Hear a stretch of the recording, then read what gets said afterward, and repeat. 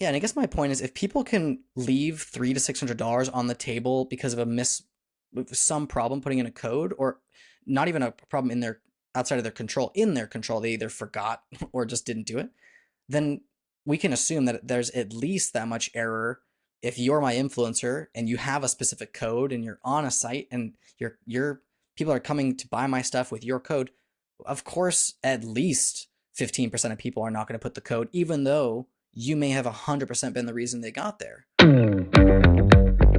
Hi, my name is Austin Elliott, and I am a creative and brand strategist slash most recently marketing consultant, and you're on Behind the Brand with Bryan Elliott. What's up, everyone? Welcome to another episode of the show. Austin, welcome. Thank you. Feel like a longtime member, but really just been lurking behind the scenes. For those people who don't know the context, yes, we are related. And you are my son.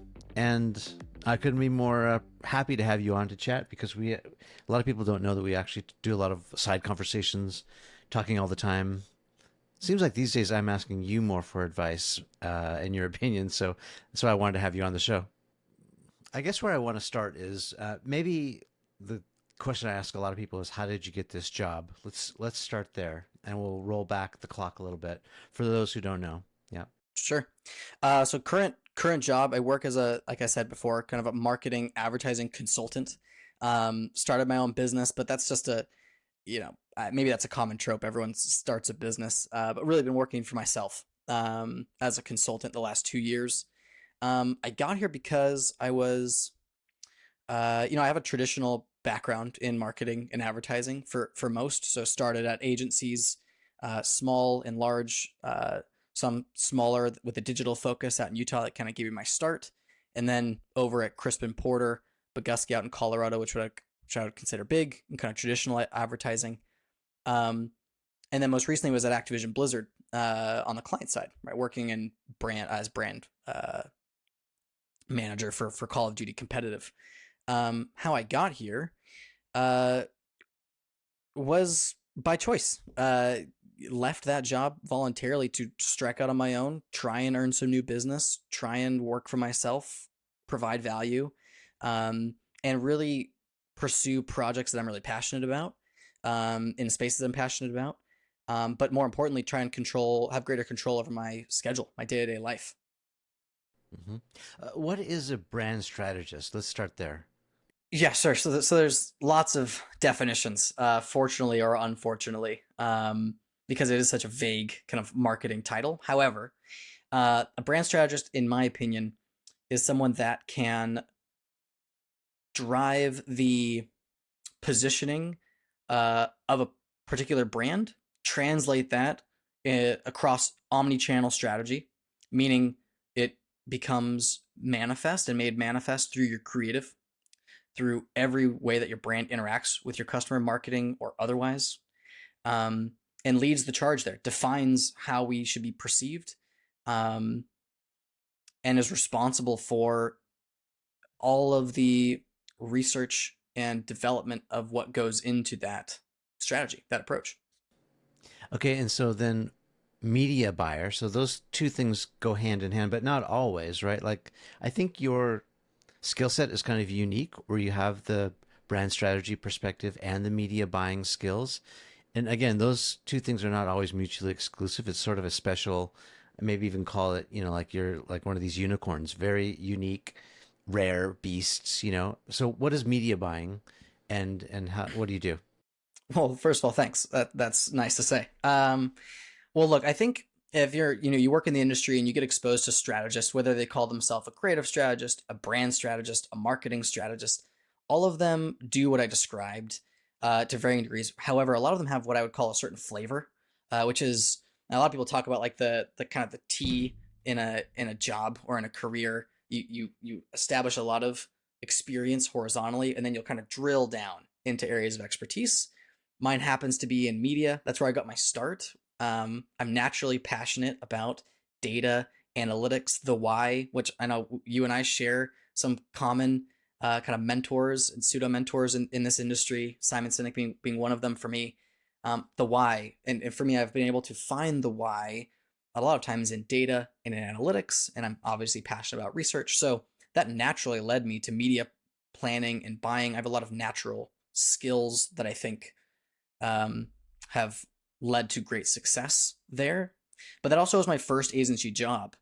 Um, I went, it's a short story, but the quick story is when I went to have a conversation with my first boss at an agency. I was going in there expecting, trying to get a brand strategy job. And he was like, I love you and I love that, but we need a media buyer. You think you could do that? I was like, yeah. And he kind of gave me the pitch. He's like, look, media buying and planning would be a great tool to have as a strategist. Why don't you learn it? So I did that.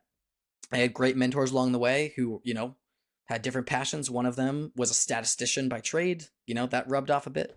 Anyway, I find that media helps me as a strategist because I truly understand how the execution is operated and some of the details of the execution that may go overlooked or underappreciated when you're writing a strategy or when you're creating a creative brief or you're creating a concept or a campaign idea. Exactly the audience it goes to and how it gets to them is a kind of critical piece of that. And so, yeah, I've been able to leverage that experience to make me a better strategist and vice versa. The strategy helps a lot when actually doing buying as well. All right, so let's unpack that a little bit more because this again, our side conversations, I'm fascinated with how this works. It's still for me very mysterious, um, and ominous sometimes. But like, okay, so uh, let's see. If I'm on the client side, how should I be looking at a media buy? Like, what should I be measuring? How should I be tracking it? And then let's talk about platforms. So how do we get started? Sure. Yeah. And unfortunately, all the time it's going to be, it depends. Yeah. Depends on the client, right? I'm not going to give the same advice I would to Activision Blizzard than I would to a budding e-commerce brand, right? On how they should look at their media buy. Okay, hold on. Let me give you a case study then. All right, so we are an established, still kind of new though, but we're established.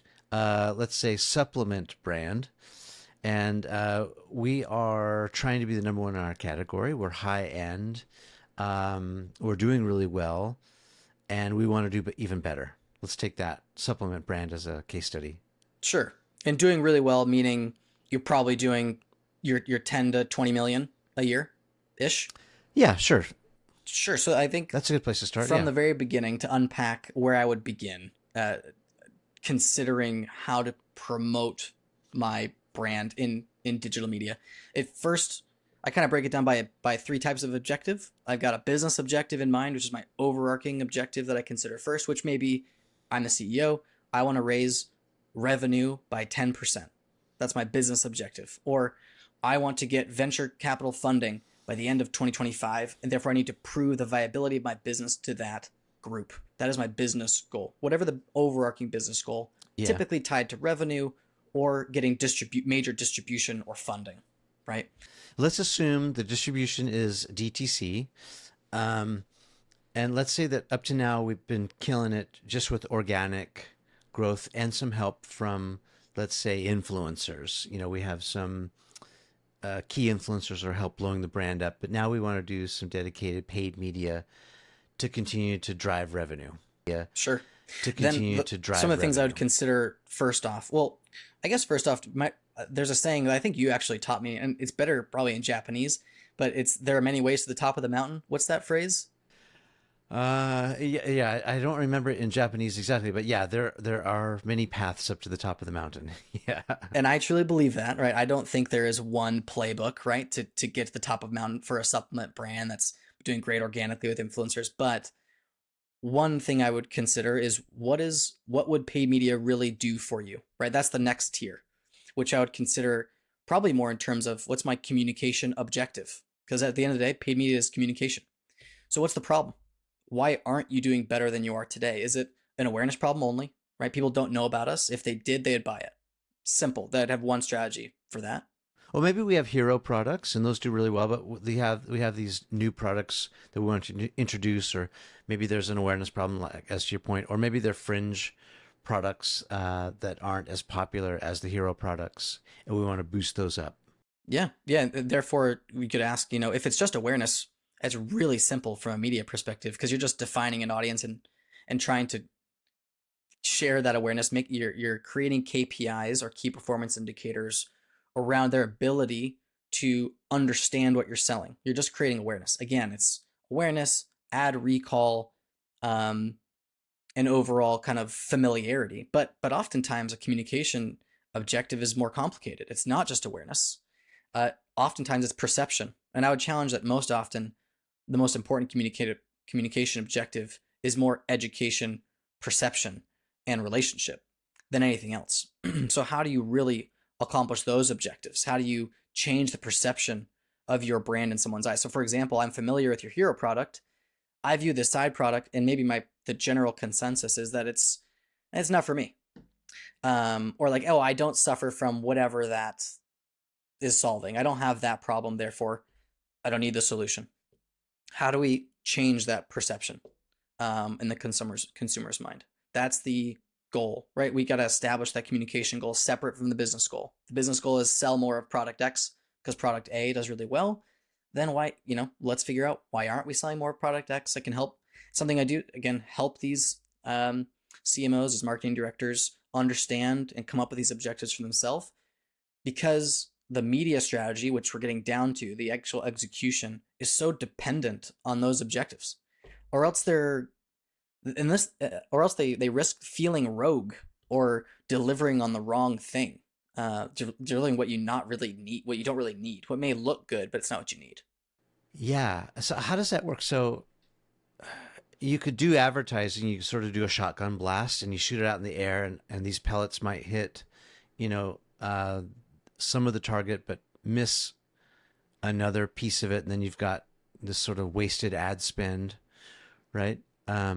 Or is it more, again, goes back to, I guess it depends, but like if you're doing a more segmented, like we're identifying the audience who is buying it or not buying it.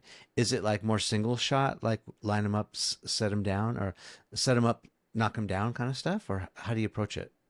Yeah, good question. I guess let's keep using this pretend supplement company as an example, right? Okay. um, they've got great organic reach, right? Therefore, I'd imagine the content they're producing is entertaining, it's valuable, it's growing by itself.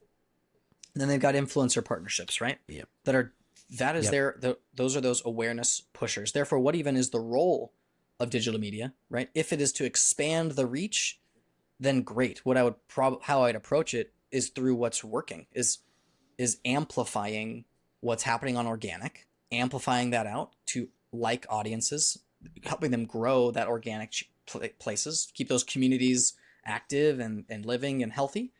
Really just additive, right? I'm not creating a new infrastructure, I'm just building on what's working. Same with the influencers, right? Yeah. If that's working, amplify that. Digital media would amplify Mm-hmm. those messages, bring them back to a community that already exists, rather than trying to stand up another totally separate entity, um, that would steal from, right, what's already working with the influencers. Better to amplify, right? So I would be thinking first, how do I pump dollars into this to expand the reach, to deepen the engagement, to improve the experience that a normal person has, as you engage with that content. Yeah. And what platforms are you seeing? Like, where are the best opportunities right now for value or for efficacy? Yeah, media is one of those. This is one of those careers where it's an ever-changing landscape. A lot of it depends on the kind of popularity of whatever platform your audience is most part of. But again, so like if I'm Riddle and Brantley, a law firm, which I get for some reason YouTube ads for all the time, um, uh, my audience is going to be very different than a supplement company who's targeting 18 to 24-year-olds. My approach would be different, right? And therefore I think should be. So to me, platforms are a tool to use to, number one, get the audience you're looking for, which I think is a very traditional way of looking at it. Yeah. And the like cost versus audience exposure, that's very traditional when it comes to like TV, radio, even like magazine, that kind of stuff. But I also think what's new, and a lot of marketers talk about, is it a proper vehicle for the content that you're creating? So for example, if your influencer content is the way forward, you're loving it, there are certain platforms that are better tailored to to expand or amplify influencer related things. So like TikTok snippets, YouTube shorts, YouTube videos, even little Instagram videos that are under 2 minutes work really, really well to amplify influencer content on podcasts, short videos, interviews do extremely, extremely well. But I probably wouldn't use Twitter or programmatic buying to do that, or an Mm-hmm. OTV, online television buy, to promote an influencer content. That just doesn't make sense, right? So I would choose the platform based off of kind of the creative strategy, the approach. Yeah. Can you kind of explain, or maybe let's talk about UGC? So like, there's these people who are not official influencers. They're not on the payroll. No one's asked them to do anything, but here they are popping up, advertising or promoting the brand, saying, "Hey, I love this." I see it a lot for this AG1 drink that I drink, this green drink. That's It's right. You left some in my fridge. yeah, um, and so it's like, wow, they have like hundreds or even thousands of influencers out there creating this user-generated content, UGC. What's the opportunity for a brand? Like, how do you find those, and then how do you uh, promote them, pump them? What I'm seeing more and more is an oversaturation of really bad UGC recently. And this is just my perspective because I work on a lot of e-commerce brands right now, and everyone knows that UGC is a like very important part of a content mix. But what I'm seeing more and more of, unfortunately, are these small companies that they do exclusively, they provide UGC production. They'll like source people, but at the end of the day, these are people creating very low quality, very like no personalization, very generic video. The only difference between the 100 UGC video variations that I'm seeing for a brand is like the TikTok sound they use in the background, or the AI voice they're using to dub their, it's very impersonal. I think the video is getting better quality. Everyone understands the shots, right? There's almost a formula to UGC now that's oversaturating the market. It's like, show my product, show me pouring it out, show it in my hand, a shot of me eating it, and a shot of me leaving the house or walking through the house or whatever, me smiling. That's a formula. It's a template, and it's getting oversaturated. And I think the way forward, if I'm consulting on UGC or how to produce a type of content, I can't overemphasize enough the the personality is key to UGC. You've got to show an individual, a person. It's got to feel like a person, not like a, you know what I'm trying to say? Yeah, and I see a lot of these get ready with me videos, right? Where, you know, she's either putting on her makeup while she's talking as if to like distract us from the actual message. But yeah, that's becoming so formulaic now that we sort of see through it. It's not authentic. Well, let me ask you this about, well, just quickly, just to end on this, an example of this. We see it and it still works somehow. All these car commercials, right? It shows Stacy in her car. This is obviously a paid actor. It says at the bottom of the screen, like, Stacy is an actor, right? But she's going through as if it's UGC, right? I'm here with my family, here are my kids, and it's like extra ABC that are kids from the talent agency. It still works. These big brands do it all the time. They cast people to act like individuals shooting home content. But I think a lot of time it falls flat if it's not personal, if it's not relevant. Yeah, it's interesting because it's sort of come full circle, right? There was this arc where there's like overproduced TV commercials, and you're like, okay, that's an overproduced TV commercial. They spent a lot of money on that, and it's just like 15 or 30 seconds of flash, and then it's gone to casual, underproduced. But maybe it's even now sort of jumped the shark a little bit, and like you said, it's become redundant. It's almost like a penny stock. It's not worth very much now because you sort of you there's so much of it, oversaturated to your point, and we see the formula. Huh. So how should we, yeah, what does personal look like? Is it back to like influencer marketing where it's like, hey, I'm a real person. I know you're part of my group and community already. I know you love me. You've raised your hand to say, you opted into my newsletter or whatever it is, or you're in my feed. Is that what it's about? Like taking people on behind the scenes, or? Maybe. I guess from my perspective, it doesn't necessarily need to be someone with an existing following, though that obviously helps, right, to get some initial engagement. And I would totally understand. To me, UGC is slightly adjacent to influencer content. So I would consider anyone with a following like a natural following would be like part of an influencer buy, right? You're negotiating based on the terms of their, they can expect this many likes, this many views, versus just a normal, average, everyday person. Hey, I want to take a video. Would you send me a video of you reacting to my product? I'll send you a free product. Just react to it. Um, I think what makes it good UGC, like what would make it stand out, is that you allow the individual to show some individuality, right? Like get to I think that we were over templatizing and over sciencifying the ads, which is a classic advertising misstep, right? And I believe I can't remember which one of the four followers of advertising talks about this, but there is a science of advertising. We could tell you exactly when to use your brand in the video, right before the 3 second mark. We could tell you exactly how much of the screen should be copy, less than 20%. That's the science of an ad, right? It needs to be less than 6 seconds or less, whatever. But there's also the understated, the creativity, the engagement of an ad, right? How engaging is this? And I think what we've overlooked is how do we incentivize or properly brief UGC to be engaging and to be authentic? It's authenticity and engagement that matters the most. The template should promote that rather than restrict it. Yeah, I like that. I just connected with this guy named Neil Ford. Uh, and Neil is an ad industry vet uh, who's on TikTok and seeing tremendous success. He's an older guy, but like he's like the master storyteller. I don't know if you've ever seen his feed, but it's sort of very branded with like this dark black background and like this Helvetica, traditional sort of ad font in the background that states, the Is Helvetica a traditional app? Have I fallen into the stereotype without even knowing it?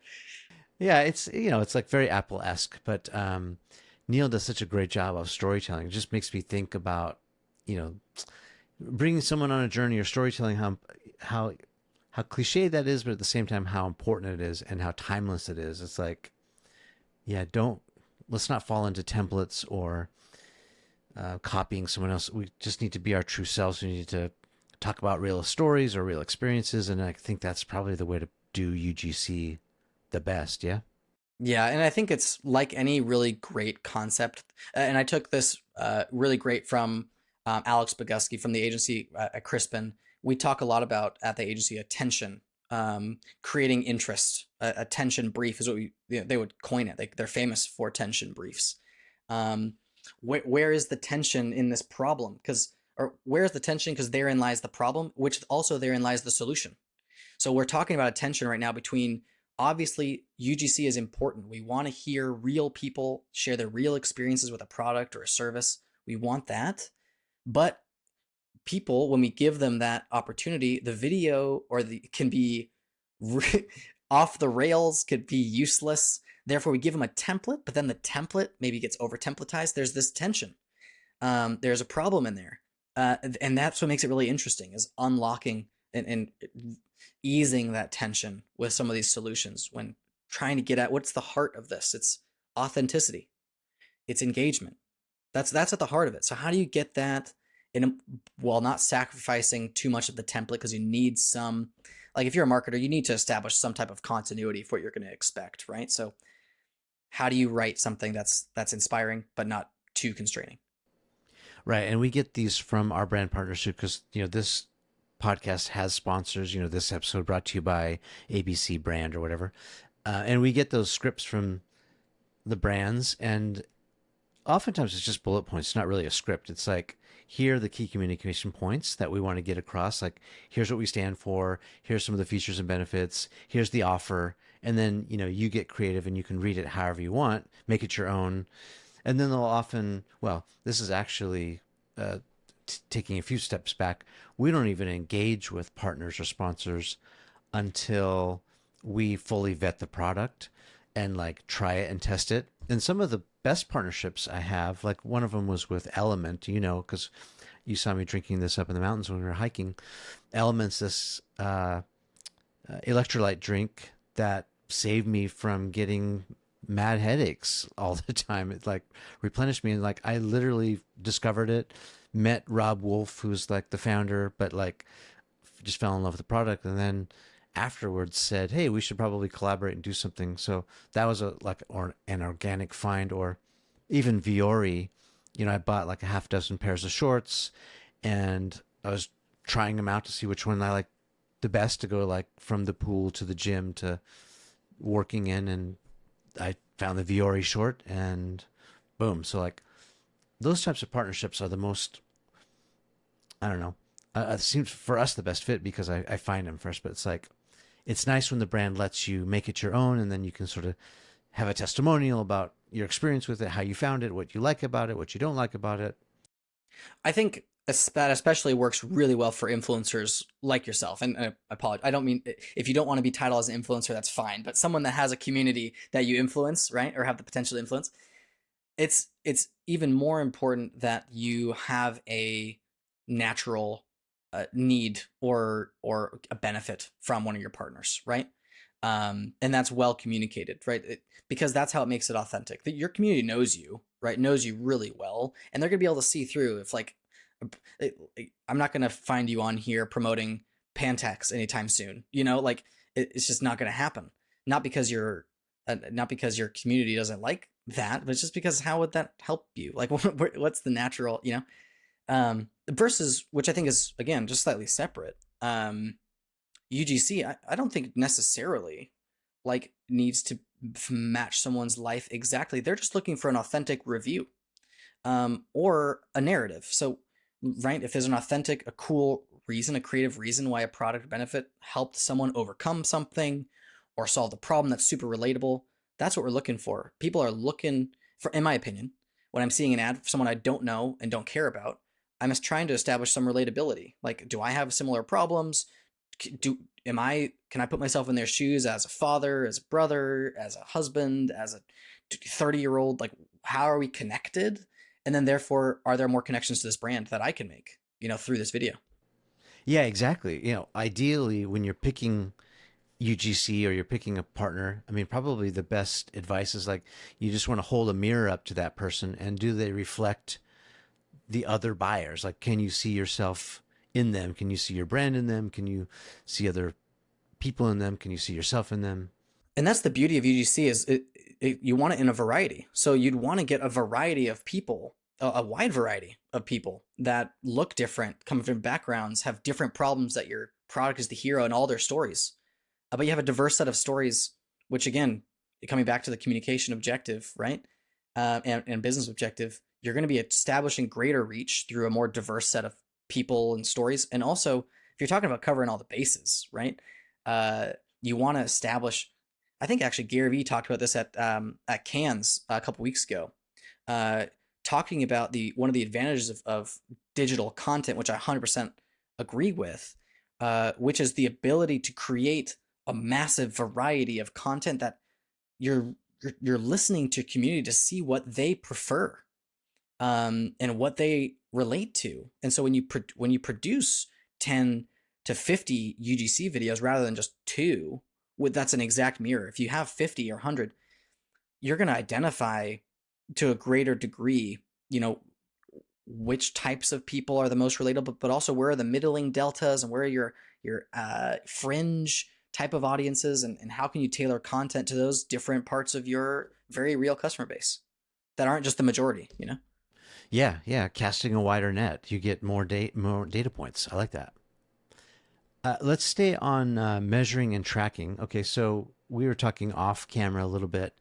Um, so how I want to how should I be talking to my partners, as they're tracking what we're doing, uh, engagement and leads and the CAC conversation. Walk me through how brands should look at partners and think about tracking and measuring. Yeah, it's a great question, and it's a tough problem to solve. What I was talking you through the other day is I feel fortunate to come from a more traditional background of advertising where I really appreciate old school advertising, billboards, television, radio, magazine, PR, right? These different marketing opportunities. the way that we used to measure things versus where we are today obviously is dramatically different. We used to rely completely on these big ad agencies or research firms to tell us what percentage of households, you know, our message brought awareness to. If you think about it, Yeah, Nielsen ratings. thank you. Yeah, exactly. Nielsen. When I worked with Tyson Foods, obviously they still use Nielsen across a wide variety of their media. But at the end of the day, you know, if you're putting up a billboard ad, right, you're not getting direct. You don't know exactly what percentage of people purchased your product because of your billboard. There's just no direct connection. However, You're driving down the freeway. You don't know who's seeing it, coming or going. Yeah, or how many times. there's ways to get close to that number, right? We could measure the amount of cars that passed it. We could measure if we do certain states versus no states, right? We placed a billboard in Arizona and we measured the lift in Arizona during the time period the billboard was up. We can get close, but it's not exact. It's never exact. Right. And the temptation with digital is that we can get it can be alluring, that it feels exact, right? We can use pixelation, we can use UTM parameters. These are, I apologize for the jargon, but a pixel is like, imagine a piece of code you put on your website that communicates back to the platforms you're advertising on, that tells the platform what the people did on your site after they got there. UTM parameters do a similar thing, though not through code, just through your URL bars. They do a very similar thing. Well, and then there's tracking codes. Like we get a code from our partners sometimes. Use code BRY, and get 25% off your purchase. Exactly. Or maybe you stand up a landing page for your influencer, right? Hey, this is going to be your dedicated page, or hey, this is your dedicated QR code, and we're going to look at all of our QR codes. In my mind, that's not 100% accurate. No, never. No, well, think about it. Like, if I'm, look, I would consider myself an internet savant. Okay, I'm not professional, but I was raised on YouTube, and I spend way too much time on the internet. If let's just theoretically, right? I get your ad on Instagram, right? You're promoting whatever. Who cares? Your dog saddles or something. Okay, you're promoting a newsletter. Great. There is the opportunity to get direct attribution if I click on that or if I view it, right, in a certain time frame, and then I go to that site and I follow all the steps. Theoretically, 70 to 80% of the time, you will capture that data. But there isn't outstanding, even just in that example. If I'm using an Apple device where I have disabled data sharing and personality, and then if I choose for whatever my default is in an incognito browser, just based on my own preferences, there will be a disconnect in data. And now some companies can help connect those, right? But at the end of the day, what if I saw it, loved it, went on my computer to check it out? There are some companies, again, that can connect it, but most media traditional platforms, that would be an immediate disconnect. Or let's give another example. Let's say I pick up my iPad, which technically is under my wife's name, on roaming. There's no connection. There are risks for the data connection to be imperfect, and it's honestly 20 to 40% of the time. Oh, okay. Okay, this is amazing and terrible at the same time. Because well, so if I'm paying to promote the newsletter on Instagram, and I'm hoping that I spend $100. You're saying I'm only able to basically track 60 to 70% of the time, so there's like a potential loss or untrackability of 20 to 40%. I'm being overly skeptical for the sake of this just discussion. Ultimately, you spend $100 wherever you spend it. What you should be looking at is how many signups you're getting or sales you're getting from that, right? Regardless of platform or whatever. You put $100 in, where's the $100 coming back out? Where's the $500 coming back to you? Now, what I describe paid media attribution as alluring is because there is a lot more trackability. There's immensely more trackability, and it puts us right at our fingertips. We have Google Analytics. We have other huge companies like Triple Whale, like Wicked Reports, these other kind of data aggregators that help tell you these subscriptions came from your organic Google search, or they came from your Instagram ad, or they came from your Twitter post, or they came from your influencer code, blah, blah, blah. It will give you a lot of data. All I'm saying is that to rely on that and think that it's 100% accurate, unfortunately, is a fallacy. There's no way. There's just no way. Yeah, yeah, we were talking off camera about some of the inconsistencies we have seen. It's like I know we drove so many leads to that offer, and then it's not showing up. Like one of the partners we were working with was using Shopify, and I know for a fact because on our side we had the data, but on their side it didn't show that it was the same data. You know what I mean? So there's that that gap, that discrepancy. It's super frustrating. Yeah, and I think the way, like, look, a couple of case studies, if you will, examples of this in real life. So I work with a lot of e-commerce brands, and a lot of them put together really fantastic promotions for Black Friday, right? And some of them prefer to give out codes rather than have it be automatic in the cart. And let's say, so one of these brands, I was selling gaming computers last year. They had an amazing Black Friday deal. They're giving 30% off. Use code 30% off, right? What do you think the redemption, and again, all the ads are 30% off. What do you think is the redemption rate of that code? Meaning the percentage of people that got there, are ready to buy a computer, they're aware of the code, it's just not automatically put in there for them. What percentage of them actually use the code? Oh, I have no idea. Half? It was not 100. It ended up being about 85% of people. There were 15% of people that didn't use the code. Okay, so they just forgot. Well, there's got to be a bunch of reasons, but why would there's no reason not to? There's actually a huge incentive too. You're getting it's a $2,000 computer, getting $300 to $600. 15% of people. There's human reasons, human error. They forgot, they assumed it was already a part of it. It was a poor communication of the actual code. It was referred to them by a friend. There's a bunch of reasons. Misspell, that happens. That happens to me all the time. Some people spell Bryan with an I, so I've got to be careful. I put the right code in. Make it super memorable. Yeah, and I guess my point is, if people can leave $300 to $600 on the table because of some problem putting in a code, or not even a problem outside of their control, they either forgot or just didn't do it, then we can assume that there's at least that much error. If you're my influencer and you have a specific code and you're on a site and your people are coming to buy my stuff with your code, of course at least 15% of people are not going to put the code, even though you may have 100% been the reason they got there.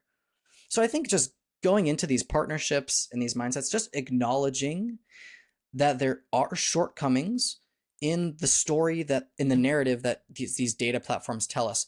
We have to acknowledge the gaps, better understand the gaps, but still make informed decisions. You don't want to throw this data out the window. It's still very, very important because it's still indicative of performance, but it's not the end all be all. Yeah. How about honey? And you can sort of circumvent the traditional route, right? You know how honey works those offers. Sure. So yeah, you're basically saying imagine that the code is automatic but then there's still, so let's take another scenario. So let's just say, again, you're my influencer partner. The code is automatic if you click the ad, right? Attribution works in two ways: click attribution or view attribution, right? So if I click it and then buy it, obviously it'll be connected to you, but it has to happen in a certain window, and that window is shortening over time. So most platforms, it's a 7-day window. So if I love what you're promoting, your newsletter, whatever, I click on it on the first day and then get to a point where I get frustrated or I just forget. I have ADD, I go away. It's 1 week passes. On my same computer, I Google you, type in whatever, I buy the thing. There'll be no attribution back to that first ad, period. However, there may still be attribution to you in the honey example, right? But the other part of this, outside of time frame constraints to tracking, there's also, it's kind of complicated, to be honest, but and look, I'm still learning. I'm really still learning about all the intricacies here, but there are restrictions across browsers as well. So let's try and use this honey example. of data tracking. Um, if I were to search you in any way, well, let's use there's no way for me to find your, if I don't know you, right? Or I'm roughly aware of you, I may forget your name very easily. Even if I have clicked your ad or viewed your ad, the next day I'm going to go look at it. I'm more likely to remember the product name, right, than your name most of the time. Um, where the attribution is going to go then, even if there's discounts on the site, right, is going to go to either paid search where the ad came up in my Google feed and I was like, oh yeah, it's called whatever. Um, and I get the discount through that. It's increasingly difficult to connect that to you as time goes on, as devices change, as browsers change. Um, and really Apple, because Apple and Meta and Amazon don't play nice together, these walled gardens, there's not much data that can make it across. It's becoming increasingly difficult. Not to say it's impossible, but it's just, there are people that get lost. Tell me what you said again before about even if the website loads slowly. Oh yeah. Um, if I'm striking a deal with you, right? I'm the brand, and I'm hiring you to sell my product. Sorry, let me get back in focus here. Hiring you to sell my product. There's so much you can control, right? How well you communicate the advantages, how engaging your content is, how, salesy you are. And let's just say I click it. I love it. And I, as the brand, have set up, a customer loves it. They click on your ad. The client, have set up you a special landing page, right? It's just for you.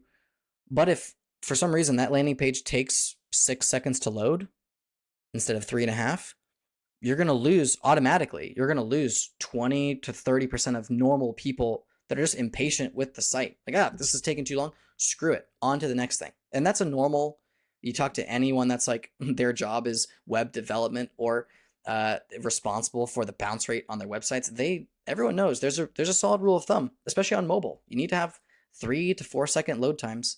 And so if I'm the brand and it's 10-second load time on a page or 6, that's not on you, the influencer that messed up. There's a drop off at that stage in the customer journey, right? As the journey goes down, it changes hands between you and the brand at some point. I don't know that a lot of brands know this. I think, well, speaking from, like the platform side, we're telling our audience about these products, whether it's Element or we've worked with Vimeo and several others. It's like, I don't know that the brand side, the client side knows these intricacies because sometimes I feel like we're being held 100% accountable 1-to-1. And I mean, this is good news for me, but it's also educational for them, right? To understand that it's just not a perfect science. Yeah, and I think, look, I think there are some genuinely some marketing directors or some CMOs or brands that don't fully understand or consider the parts in the customer journey that are inefficient or opportunities for break off that you are not responsible for. But to be on, and again, I don't know if cynical is the right way to talk about it, but realistically, Yeah. I'm incentivized to put you under more pressure as the brand hiring you, right? I want you to take full responsibility for every dollar that I'm spending through you, and I'm going to put you on blast, right? I'm going to make it seem like it's all on you, right? To get this purchase, even if there are, and notably even if there are things that I could be doing better, because we don't take into account, right? Like the quality of the product, right? Or the shipping time delays, or, the perception of the brand. If the CEO just said something nasty on Twitter, like, you have no control, but your payment depends on that stuff. Yeah. I mean, those are the exceptions. I mean, if we can get someone into the funnel and they're into purchase, and then if they have a bad experience with shipping, I mean, that's out of our hands at that point. But yeah, it's the frustration comes in not being able to measure perfectly. But what I'm hearing, and this is really refreshing actually to me, to be able to help my clients and educate each other, is just sort of manage expectations that, okay, there's going to be some loopholes. There's going to be some inaccuracies. Together, we've got to work to see how we can accomplish their goal. And that's what it's about. Yeah, I think at the end of the day, it really is. I would encourage anyone that's like yourself or, working with brands to have a upfront conversation about what are the KPIs and why, and maybe have some discussion around appropriate KPIs. Because I think all too often it just comes down to reach and maybe some rev share, which isn't bad. It's not broken, but having a conversation around, okay, well, can I get some type of feedback on the bounce rate on the landing page you're creating for me? How many people are getting there and just immediately leaving? Are there ways that I can improve that process? Because there's a connection between your content and what you should be seeing online. So for example, if the video you produce feels really disconnected from the page I get to after clicking it, you're more likely to leave immediately versus, right, if there's a connection between the two. Therefore, there's the ability for you to improve things beyond just your control. So I really just think it's a good conversation I would encourage you and other influencers to have with these brands around how do they plan to capture data? Are there opportunities for you to influence their KPIs, right?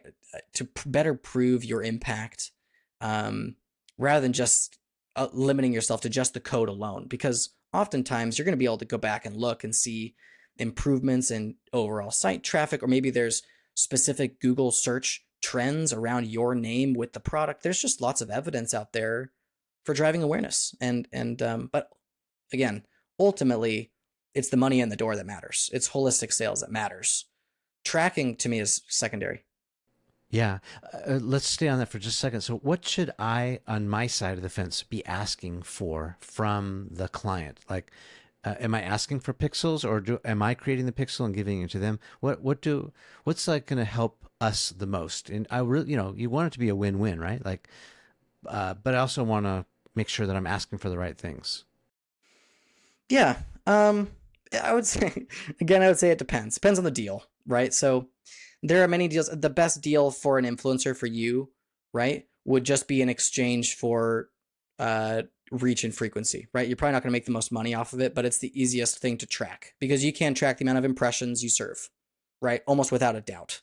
You can track the impressions. And is it tracked through their website, through Google Analytics, or is it tracked through? Yeah, impressions would actually be through wherever you're putting the content. So whether it's your own channel, right? You're posting a YouTube video, you know how many views you get, right? You know how many impressions you get. And if you're promoting it in paid media, they know exactly how many impressions they serve. That's unquestionable, the amount of impressions, right? Yeah. So the reach, I get that, but like the trackability. The revenue driving aspect. What I would recommend, and this is not probably one size fits all, but the closest you can get to perfection would likely be um, on a platform where, let's just say you're doing a paid media buy, right, of your content, um, that has proper pixels placed and UTM parameters installed that are unique to your content. So a UTM parameter will, every person that clicks or views that link is associated back to a piece of content you promote. So having that set up is table stakes. I would also, Wait, so to be clear, am I creating that, or am I asking them to create that? again, kind of depends how you structure the deal. So if you're whoever's buying the media should create it. So if you're buying the media yourself, you're running it through your own platform, you're boosting your own posts, you've got your own YouTube channel, whatever, ads, you're running the ads, then you would create it. You'd ask them to place the pixel on their site. You'd make them aware that you're creating UTM parameters and make sure it syncs up with whatever they currently use, right? Most brands will use UTM parameters. So just make sure it follows the format of their parameters, right? It's a conversation of what you'd like to do. Most oftentimes, though, it's in the hands of whoever's buying the media. And then beyond that, right, what I would encourage, and again, this is probably more for larger buys if you're an influencer, not UGC. Influencer, you've got codes. Codes, great. Again, tables, I think, is a way to do it. I think there's more to be said from a marketing perspective of should we do codes versus have it be automatic? Because there's going to be drop off, like I already mentioned. 15-20% of people will just not use it just because, like, they either forgot or whatever. They just didn't use it. Right, so you can either establish that, like, hey, there's going to be some error. There's going to be 10-15% people that don't use this. I acknowledge that. We acknowledge that. We know that. Client, influencer, we know that, right? But I'm cool with it. Let's use the code. And then the responsibility is on you as the influencer to properly advertise that code. It's got to be, you're incentivized. It's got to be everywhere. You want people using it, right? You're going to be talking about it. You're going to be using it as the headline. It's going to be on all the display ads. It's going to be on the emails, everything. But if you go, And then obviously if you go automatic, it's easier that way. Um, Whether you use a code or if you send them to a specific landing page, probably the other thing I'd recommend. And I apologize if I'm kind of hopping around here a bit, but if I was you and it was a big deal, I'd want a specific code that I could use on their regular page, but I'd also want a landing page just for me. Call it an orphan page, I think is what they're referred to, where it exists in isolation. You can only get there from your content. It's not naturally anywhere else. You know exactly how many people visit that site. You know exactly how many people click the call to action, how many people actually purchase. All of that data should be attributed to you. Mhm. And again, that's on the client's site, so they just make me like a little landing page. That is, again, kind of up to your agreement. Most often, though, that would be something you'd ask the client to do. It's like, hey, can I get a custom landing page built just for me by your team? Or can I design it and then have you implement it, right? Let me do the groundwork. I'll design the page. Most often, though, like if I was a brand, I'd be very open to having a template landing page where I've got 5 or 10 influencers and each of them have their own little landing page. It's xproduct.com/Bryan or/Lucy, you know. We have that with 8 Sleep. Great. Yeah, I think that is, again, one of the best ways, because again, if you can get the full customer funnel through your landing page alone, like what room is there to question? The only thing out of your site then would be X% of people that are exposed to the content, and then agnostic of you, they just Google it and buy it. Right. I heard about it. Instead of going through my dedicated link, they just get there in other ways. Always a black box. There's like, show me a way to track that. There are rudimentary ways, right? Like I already mentioned, time based, location based, right? Like Bryan did this big thing and then we saw this big spike. I do this as a consumer, like with flights. I'll like do Google Flights and I'll see it promoted, and then I'll go, oh, JetBlue has the better deal, and I'll just go right to JetBlue, even though it was served up to me some other way. So I do this hotels too, like I think everyone does it, and honestly, for it depends on the product too, the risk of this. So if you think about it, if you're a higher price product, a bigger consideration, the higher likelihood that attribution is going to be broken. Well, just naturally, right? The time it takes, if I'm buying a computer or buying a bed, it's thousands of dollars. The percentage of people that like see it, that they search for it one day, they buy it the same day, that percentage of people is going to be smaller than if I'm selling a supplement that's, a cheap supplement, even like $15 supplement by on Amazon, right? That's the same day versus a mattress. You might want to consider that. Do some competitive shopping, do some pricing analysis, if you're a normal person. Same with a car, So anyway, the reliability of that data for me decays depending on the length of that customer journey as well. what's a good like conversion rate? Like, so again, if I'm spending $100, let's just use round math, like cost per acquisition, cost per lead, like what should I expect if I'm the client and I'm paying an influencer, or if I'm doing an ad? What's a good conversion? Yeah, it depends, unfortunately, on, we'll say, for example, right? Like, obviously, if you're promoting an iPhone versus promoting something nobody's ever heard of or needs, right? Like, the expected return is going to be dramatically different because your content has to do so much more lifting. If you have to introduce a product that doesn't exist, has no foundation of trust, like you're at ground zero, right? That conversion rate is going to be way lower, right? Back to the supplement company. So, I'm spending on Instagram, or I'm spending on Google. Look, and it also depends on the margin, like how how your company's actually profitable and such. And I'm going to give you all the asterisks first, all the caveats. And totally depends on your lifetime value of the product. So, for example, it's going to be way different for a supplement company versus a mattress company. Because typically, and I'm not too familiar with 8 Sleep, but typically you buy a mattress and then 5, 10 years later, you buy another mattress. 5, 10 years later. But if you're a supplement, you buy one, and then the next week you could buy the whole family, and then it's a subscription every month. There's a lot more potential. The average first purchase delta compared to lifetime value is very, very small compared to a mattress where the average first time value is closer to lifetime value. Does that make sense? Therefore, what I would expect from you, that average order value, the return on that very first purchase, will be different depending on the product. So for the supplement, I actually would have I'd be softer on the return of a first time buyer because I know if I can get someone in the door, the lifetime value is going to make up for it. They're in my funnel now.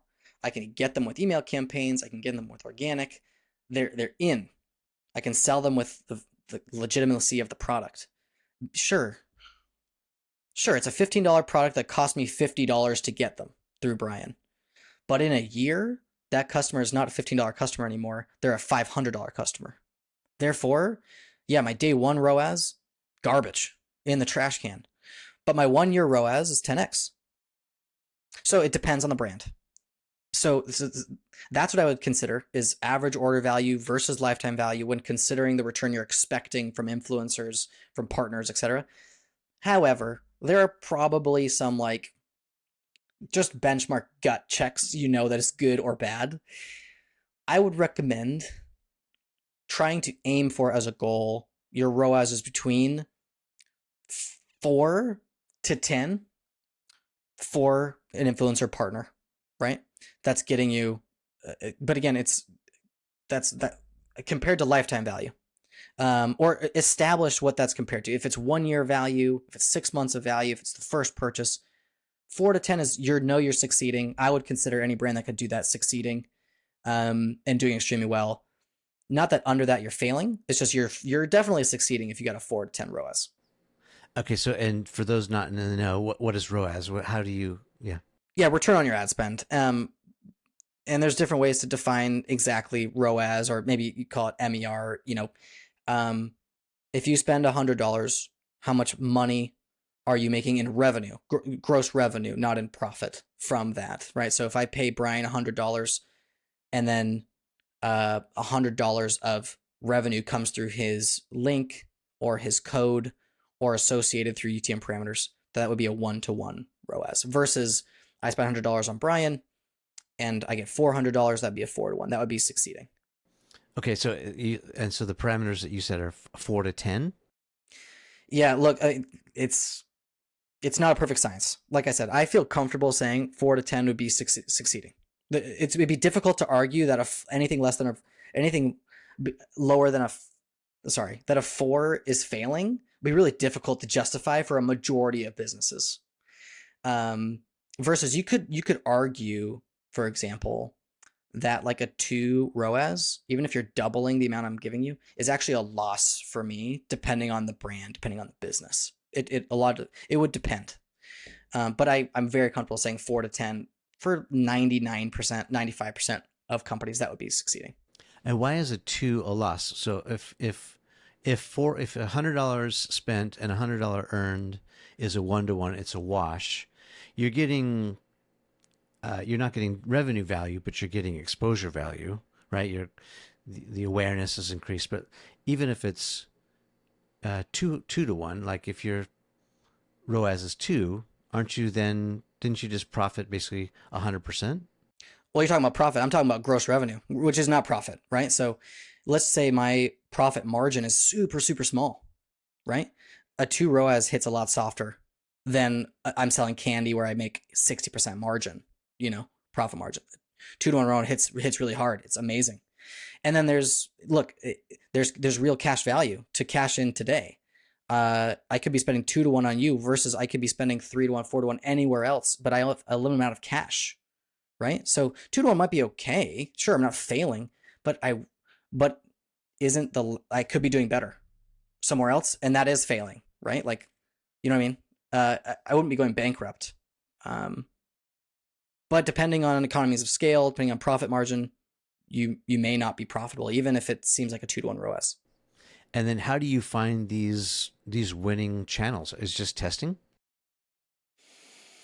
Again, are you from the perspective of an influencer, of a brand? Side, yeah. Of course, I want to maximize the opportunity. I want to spend money smart. I want the best return for my money, but I don't know, and it's because it's not intuitive, right? Like you would think, all right, well, let's go right to Instagram because that's the cash cow, but maybe no. I would say it totally depends on the brand. So let's give an example of like I'm a plumber, right? I got a plumbing business, family plumbing business. The way you'd promote that brand, the first platform you go to is definitely not the same if I'm selling Bryan Elliott's subscription, right, or even supplement. The the platform serves the creative, right, and the creative serves the strategy. So for a plumber, where the majority of people that I need are not people that are on Instagram or Facebook, they're people Googling plumber near me, right?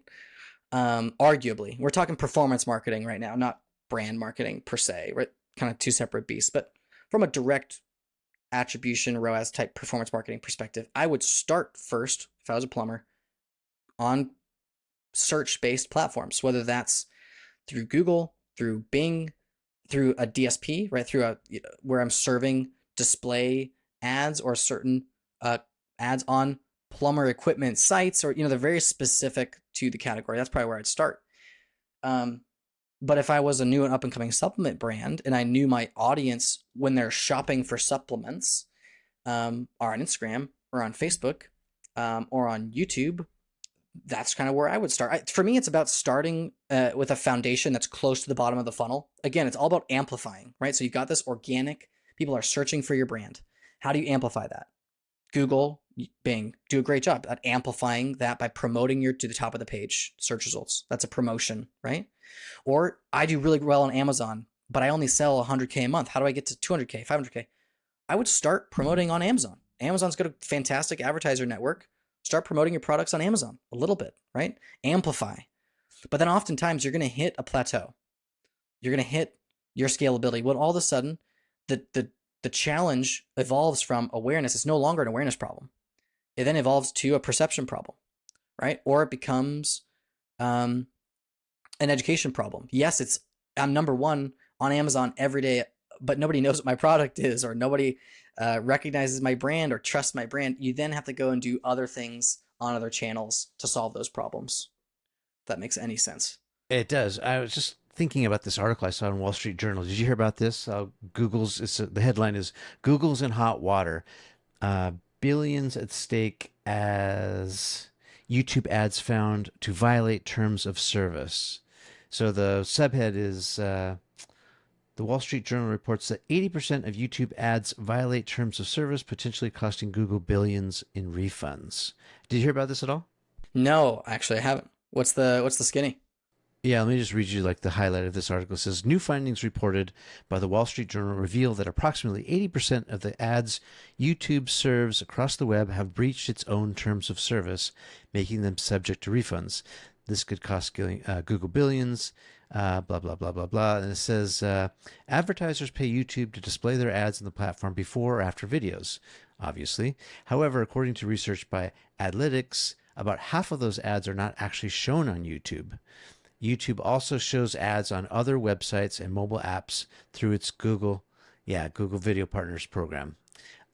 Google claims that these third-party sites provide the same ad experience as YouTube with audio-enabled, fully visible ads that can be skipped. However, Adlytics found that the ads on these partner sites are muted 80% of the time, and autoplay is off to the side of the screen and can't be skipped. In other words, the advertisers pay YouTube to display are not receiving the exposure or the same experience YouTube promises. Boom. So there's more of these sort of imperfections that you talked about. It's like best laid plans. Whether you do it through a podcast or you do it through an ad network, it's like there's always these Problems existed forever. Think about this in terms of like you're doing a traditional television buy, and I put ads on CNN, and what they tell me is that they're going to serve my ad 3 times a day. What they don't tell me is that it's 3 times in a row at 1:40 a.m. in Nebraska. You know what I mean? And if they choose not to tell you, then that's that. They just didn't tell you. Like, no, I don't tell you, your ad didn't work. These problems have existed forever. Obviously, these platforms are incentivized to provide better service and the best service possible. There's a healthy relationship of transparency and lack of. But I think Meta has the same issue. Issue or advantage. Meta's got a great network outside of Facebook and Instagram where they can serve ads off the platform called the audience network. There's no transparency really on where those ads are served or how, or we assume they look the same, but you can at least, if you're a buyer, you can see what percentage of the inventory is served where. most times. So like on YouTube, you can go in and dig in and see what percentage of the traffic is actually on the desktop YouTube, or it's on a television YouTube app, or it's on the phone, mobile app, or just mobile browser, or a part of the network. But there are limitations, and I could get more into detail. But from a buying perspective, we are being incentivized by the platforms to allow platforms free reign. They will throttle CPM costs and incentivize users or buyers who are less specific for the placements they choose. Facebook says this outright. They encourage you to use automatic placements versus manual placements, meaning you relinquish control of I want to serve video format only versus 10 like a square format video or image. You relinquish that control. Allow Facebook to you're incentivized to allow them to cut it or to crop it or to change it to serve it on a wider variety of placements. Hey, what do you think about voice? Voice was such a hype, like Alexa and all this stuff. It feels like it's dead. uh, I mean, everyone's like, oh, you need to have a Google, a voice presence somewhere, either on Amazon or Google. And it's like, and I keep getting these robocalls too, like, hey, I noticed that your business doesn't have a presence on voice, blah, blah, blah. Should I be paying attention to that? I'm a big voice user. Okay. I love it. But I think there's a lot of things to talk about here. Where are you using it? Are you like, are you Siri or are you Alexa or? I'd say I'm probably my ecosystem's a bit split. So I use Siri on my phone often. Like when I FaceTime you, for example, like last night we were hanging out. I told Siri, I held the hold button. Hey, FaceTime Dad. I don't want to go through the interface and just FaceTime Dad, right? Or like, text so and so, or like, hey, call so and so. I use Siri for that reason, and that's just me personally. Alexa, I use her. I use it for music, mostly in the house, right? So I've got a connected ecosystem. What do I think about it? I think that it has become, pardon me, less shiny for cutting edge. I think AI is the new shiny, where Web3 was the shiny 2 years ago. Blockchain was the shiny, before that. And there's new shiny things. Do you remember when I texted you, like, was it like November of this last year? When did I text you? I was like, Austin, you got to check this out. I think it's the future. Do you remember that text? I 100% do, and I probably could pull it up. You're like, yeah, basically like, dude, you've got to check out. It was some AI. ChatGPT, or no, it was actually like it was ChatGPT, but it was also the photo AI thing. Yeah, that you use for your profile picture too. And a lot of people did. It became super trendy. Yeah, you were honestly, and I'll give you credit where credit's due. Like you were 3 to 6 months ahead of just identifying that as like, this is crazy. Check this out. But anyway, back to voice. I think it's not shiny, but I still think it's super, super useful. And I think it's going to be part of our ecosystem going forward. The consumer ecosystem. I think it's super relevant and valuable. I think there's a lot of negative perception to battle and wade through now, specifically for Amazon, but for the rest of them, nobody wants to be listened to. Nobody wants to be monitored. But at the same time, a lot of industries deal with that with home cameras, home security, our phones. Everyone's kind of dealing with it. It's not them specifically, but let's set the record straight. Is your phone listening to you? 100%. Yeah. If you have the mic, if you have it turned on, right? No, at all times. You think so? Because there's a setting that you can turn it off, right? I'm not buying it for a moment. If a mic exists, it is bringing in data. And this, again, I'm a little bit skeptical, but let me go back to from a buyer's perspective. And this is surprising to some people.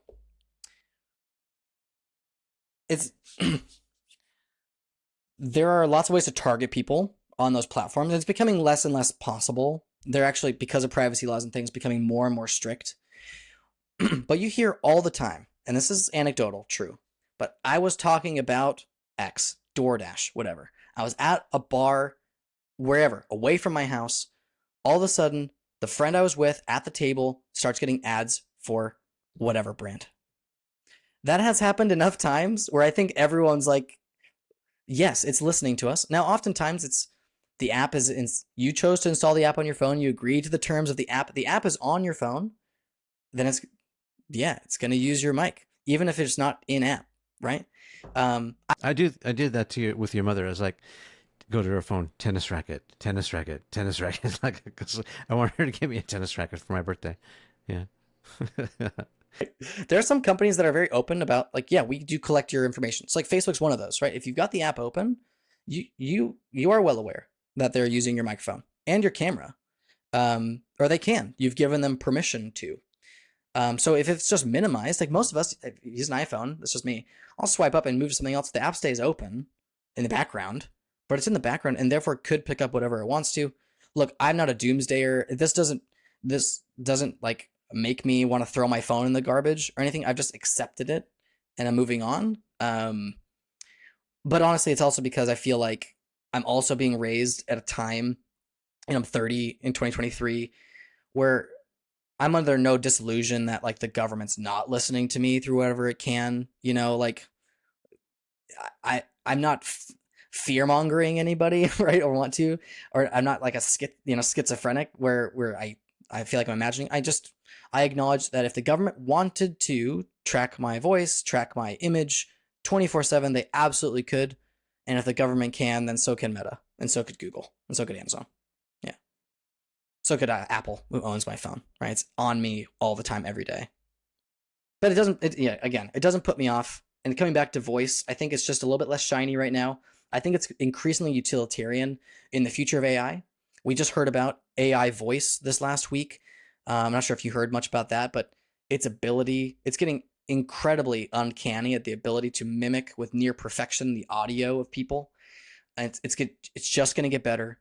So voice is a natural part of that. The ability to interpret voice and translate that into action, and translate that into anticipation for action is super valuable. Have you seen the deep fakes, like with the fake Tom Cruise and all that? Have you seen that guy? Yeah, I love that guy on TikTok, and I think that's amazing. I actually I did a little bit of research on deep fakes back in 2017. Was working for a nonprofit that was promoting media literacy in America, and deep fakes was one of those part of being media literate, like understanding that just because a video exists and you watched it doesn't mean it's real, right? um I think at the heart of it, and I could talk for days about media literacy, but at the end of the day, the way AI is going, the way content's going, I'm embracing it. I love it. I'm excited for it. But what I think is super important for young people and for everyone is to be literate, understand what's possible with video, understand the framing of how content is given to you, right? The maybe the incentives of certain content, what they're trying to get out of you, and as long as you acknowledge the framing, who it's made by, who it's coming from, you'll better be able to kind of see the world as it is. Yeah, I mean, I'm excited about AI. I was just looking up this article that I saw in the Hollywood Reporter. The South Park guys. Um, these guys came up, it's sort of off the heels of the Kendrick Lamar video. I don't know if you saw it like last year, called Sassy Justice. It's like this series, but like, so Trey Parker and Matt Stone basically developed this new deepfake business. Have you heard about it? I haven't, and actually, it's funny. I independently just watched and followed their story about they've brought this restaurant back to life in Colorado. So they've been on my feed for that, and I love that story. They're sinking tons of money into it, but I love it. They're passionate about it. Anyway, sorry, I haven't heard about this AI stuff. It's called Deep Voodoo. They raised like $20 million. It says Deep Voodoo raised $20 million in a new funding round led by Connect Ventures, a joint partnership with CAA and VC firm New Enterprise Associates. But basically, it's this whole fake Tom Cruise idea. But if you think about the possibilities of AI, like one of our production company clients, it happens to be a Japanese native, and she lives in Japan. She also has a Netflix special. And so it's not super easy for her to get over to the US to shoot commercial or, be in a spot. And she's done a lot of partnerships with different retailers and stuff. And we started thinking about this deep fake technology where we could basically get a body double that looks just like her, and using the AI technology, basically make it look and feel exactly like it's her. And she doesn't have to move an inch. Like, she could stay put. What was the name of those guys that really got much deserved publicity for this, for doing their anime short first with AI. Remember that like anime combat scene they created? It was fantastic. And then they just recreated one with like an alien movie. Um, you know what the guys I'm talking about though? Like these small individual content creators kind of pioneered this with AI, where you have a subject that gets overlaid. I don't remember that. Mid Journey now is, all the zoom in features and all the cool. Have you played with Mid Journey at all? I haven't personally played with it. No. It's amazing. I think this is maybe the next emerging opportunity. Like, a lot of people are saying, hey, if you were into coding or you're thinking about, computer science, shift to AI because this is where the opportunities are. But I think just generally, whether you're a brand strategist or you're a writer, director, producer with a video production company, you need to get AI literate because it's not going to just be in one category. It's going to be something like the chat GPTs where you need to understand how to be good at prompting. So that's a bit of copywriting, but it's a bit of prompt knowledge. Or if you need an image, like for me, I can see using Midjourney and some of these others for like storyboarding, because in the past I needed to like hire an animator or I needed to like find all these images all over the internet. But now it's like I can just basically create a storyboard. I think there's AI storyboarding, like you just tell it what you want. In fact, taken to the next level, Adobe released Firefly. Have you heard about this? So in the Adobe suite, it's basically going to create the video that you explained. So you're like, man walking to the shore. Yeah. And it will kind of create your B-roll. So it's like you've got your A-roll already shot, and then you just need some B-roll coverage. Like, hey, I need an aerial video of a winery in Napa Valley, and it will create, 10 seconds of B-roll for you. That's game changer for me. Yeah, I kind of view it. I mean, a couple different takes on AI in general, but I definitely view it as just another tool in the tool belt of good marketers, right?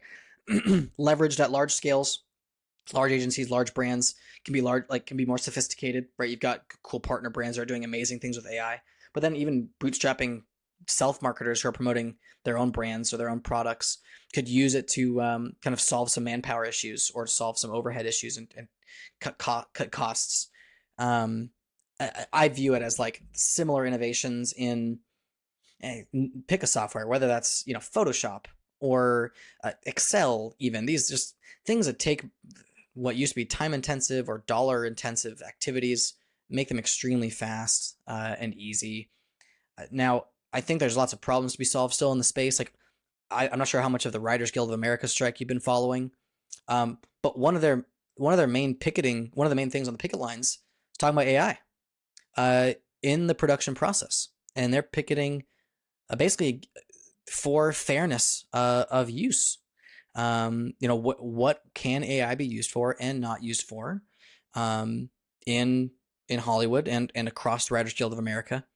They're obviously very concerned that it is damaging not just to their jobs but to the industry if misused. So I think, and I agree. I feel like there needs to be some understanding about where its strengths lie, where it's best used, and then and acknowledge some places where um, it is inappropriately used or it's detrimental to the art or creativity community. These disciplines that would ultimately be detrimental. Like I think right now our first generation of AI is largely reliant on plagiarism, and I don't think anyone's uh, arguing that too much. It scraped the internet, right, with or without people's consent, and is learned from people's art, from people's writing. Just because you publish on the internet doesn't mean you are allowing it to be used. It's almost this unwritten contract, right? To me, it's largely plagiarism. Not to say it's bad. I think it's largely productive. I think it's exciting and cool, but acknowledging that it's not creating anything new. It's just creating things that have been created before. Right. Right. I almost think whenever there's like extreme technology, and I think we're at the forefront, we don't even know what's happening, but it feels very familiar to like 1997 when I was sitting in our garage, in one of our first houses, like in Irvine, waiting for the internet to load one frame at a time with dial up. And then, you get better bandwidth and things change, or social comes on the scene. It's obviously something big is happening. But I also think at the same time, there could also be this like counter movement. What's that, like Newton's law? For every action, there's an opposite and equal reaction. There could be like this desire to go back to even older school. So like, I'm seeing occasionally like Gen Z and what's the Gen below that? Gen A? Beats me. They're all Zoomers to me right now. Yeah.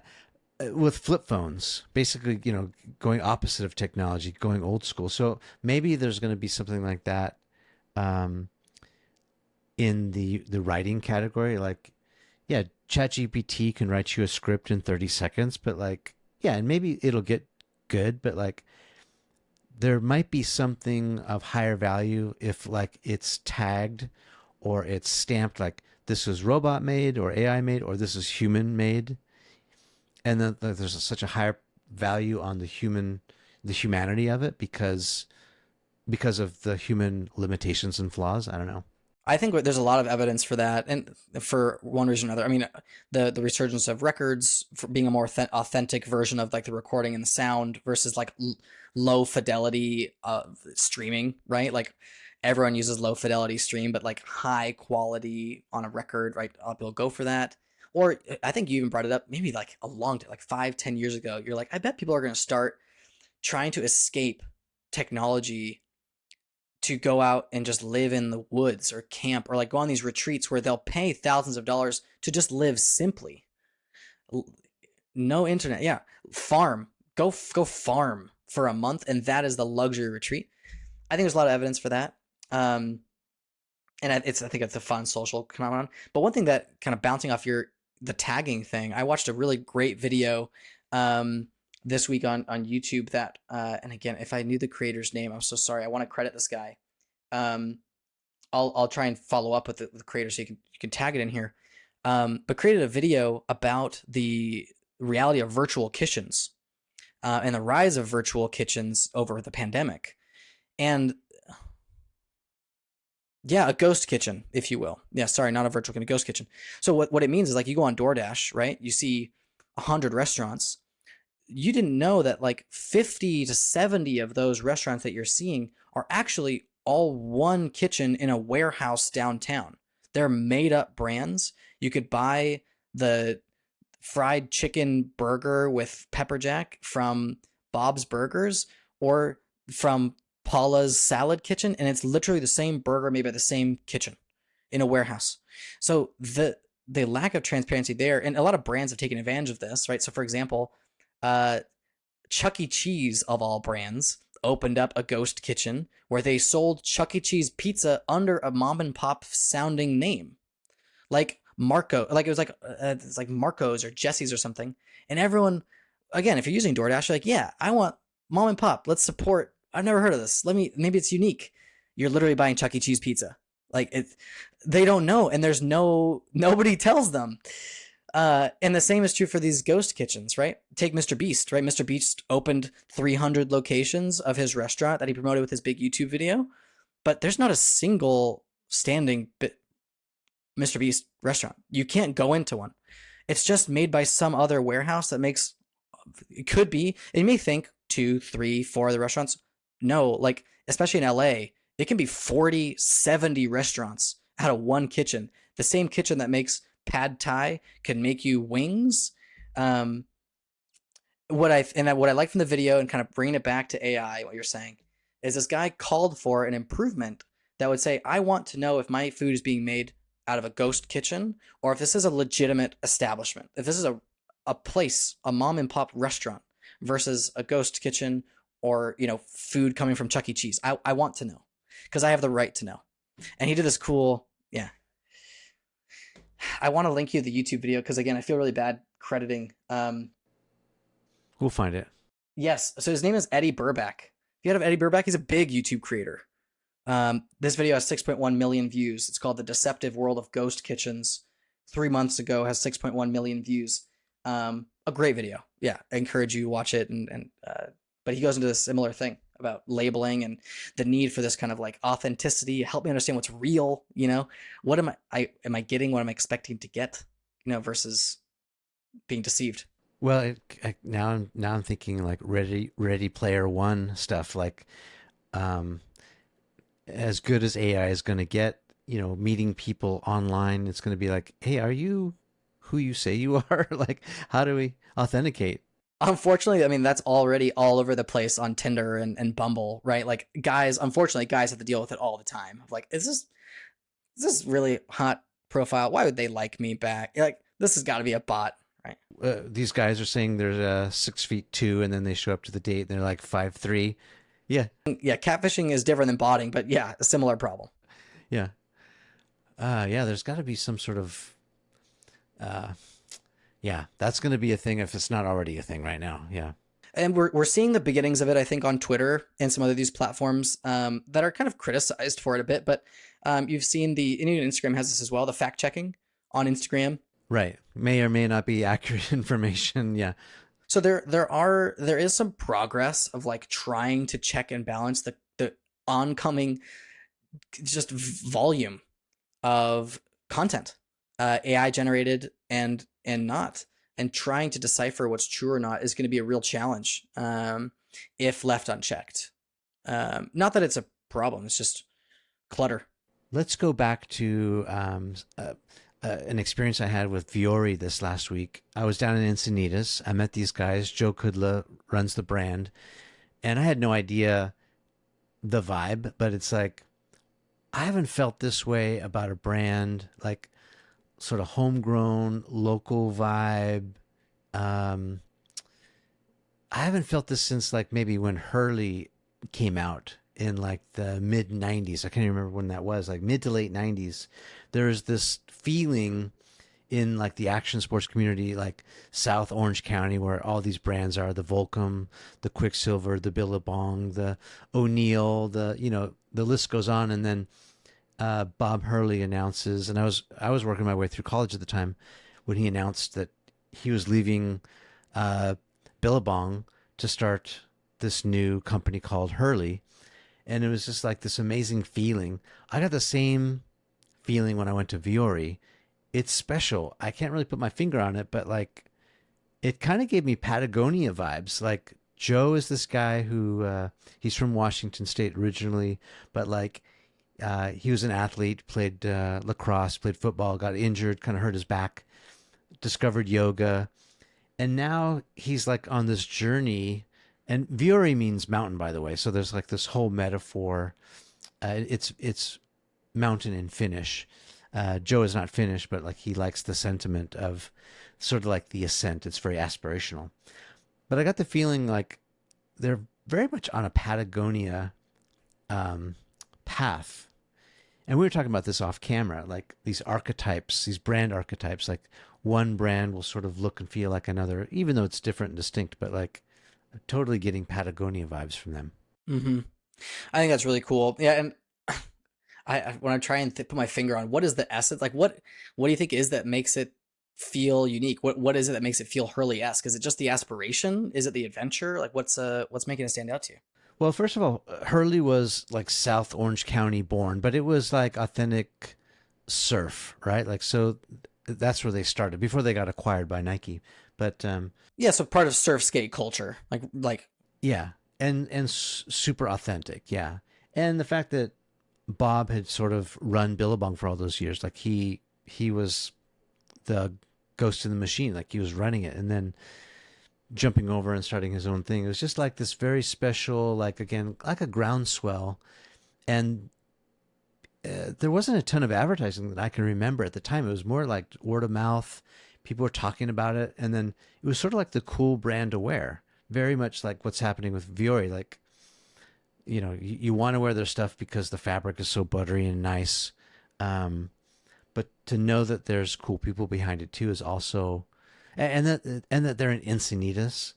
Like if you've ever been to Encinitas, it's like pulling into like the coolest little surf town, small town feel. There's like little clothing shops. There's like little furniture shops. There's like taco stands, and then just over the hill, there's the ocean, and people are getting out of the water wet with swimsuits or on paddle boards, surfboards. There's families down there. It's just really a cool, I don't know. It's just really cool. Yeah, I think well, two pieces to this. My reaction to this, I think one from like this the dumb consumer side, right? I knew nothing about. I know the brand Viore. I love. I have two pairs of shorts. I love them instantly. My new like instant favorite. And my perception was, as you said, I had a really great experience with the product. They were gifted to me right by my father-in-law, and I loved the fit, man. Like, there's not a lot of brands, especially that make pants or activewear that like it felt good on the length of my leg, felt good on the waist, felt good like the inseams, just felt really nice, natural. The product spoke for itself, and I loved it. I wanted more, right? So my perception of the brand was just premium from the get go. I had no idea they're Encinitas. I had no idea the cool story about the founder. Obviously, it's additive, but I think with a brand like Viore, their product speaks for itself. Like, you just try it on and you know it's different. I think that's what's cool and so unique. Especially if you want to compare it to Patagonia, where I think they had a very similar launch and I think success with their gear. Just you put it on and it feels uniquely, or at least it felt uniquely Patagonia, like specifically their puffers, if you will, but they've since branched out to a bunch, or their under thermals. They're just doing things that felt and fit really great to a certain community. I think Viore is doing the same thing. And so therefore it feels authentic, feels natural to that kind of community. Too. They have 32 retail stores now. They're going kind of international. They have one in London. I think they're I have going to been to Asia. the one at the Spectrum. Been to the one at the Spectrum. It's cool. Yeah, and so I asked them about that. It's very interesting. They have a catalog business, and again, it's like, oh, but just like the way he talks about taking care of people and it being such a like kind of family run business, from a small little team. They started like with 3 people, and by the way, Joe tried a clothing company before he tried the big launch, and it basically failed, and he started at Deloitte of all places as like a CPA, a numbers guy. That's awesome. Yeah, I think going back to what you first said, when like I think people do this too, right? Where you look up to someone or something, and you want to model your life or your business off of something else, and it could be for the success, right? You and I briefly talked about, like, everyone's talked about we're the Uber for this or the Uber for that. Like, that's been around for 10 years now. People speaking that way. If you're to start and use Patagonia, whether or not it was intentional, as their target, I think a lot of businesses, whether they're willing to admit it or not, Yeah. in their deepest heart of hearts, they know they have a target of like, It's we not want a to bad be comp. Yeah. yeah, we want to be the Apple of this category, or we want to Yeah. be the Mercedes of this category, or like we want to operate like Google does with its employees, or like, hey, we love. And I think what's great, if you're going to pick anything from Patagonia, picking the authenticity of the gear to the fit and the function of the community that's going to wear it, you're not going to go wrong there. Like, that's something they excel at. And I think, if Viore took that from that textbook, great lesson to take.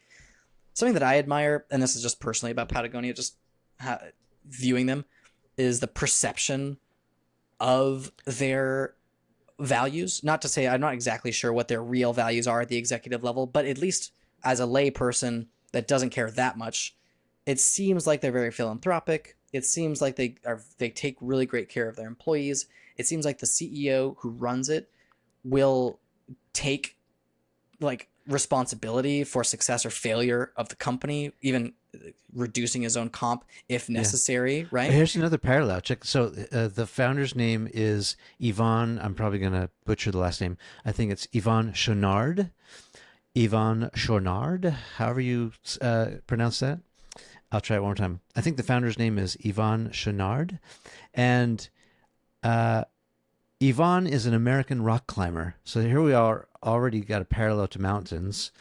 Joe said like he's climbing all the 14,000 plus peaks in the United States. Like, he loves the climb, even though it's like torturous for him. He gets altitude sickness. So there's a direct parallel. 14ers in Colorado, where I was living not too long ago. Yeah. So he's like this environmentalist, this philanthropist, this outdoor enthusiast, businessman. And remember, I think it was Patagonia that announced a few years ago they're closing shop for Black Friday. Like, they don't want to work. Like you're Yeah. giving employees the day off. I forgot about that, but it's just a great example of their values being manifest in reality, right? Like, Yeah, and I think Yvonne like is giving the whole company away to its that's right. shareholders. That's actually the one that I was most impressed by. That's the one is look, he's already a multi-millionaire, right? Billion. He's just giving it away. Just giving it away. I think that look, I don't know if I do the same thing. I don't know if I could. I think it's super admirable though, and speaks volumes to his character, right? Where his priorities lie, where his priorities must have been lying, since the foundation of the company. And it's got like the proof is in the pudding, right? It's got to have trickled down to the rest of the company. The vibe, people catch it. So if Fiori's got the same thing going, good for them. I think actions speak the loudest though, right? Like show us, don't tell us. I mean, we were just sitting back, chopping it up, reminiscing about the good old days and all that. Tracking my roots, where I came from.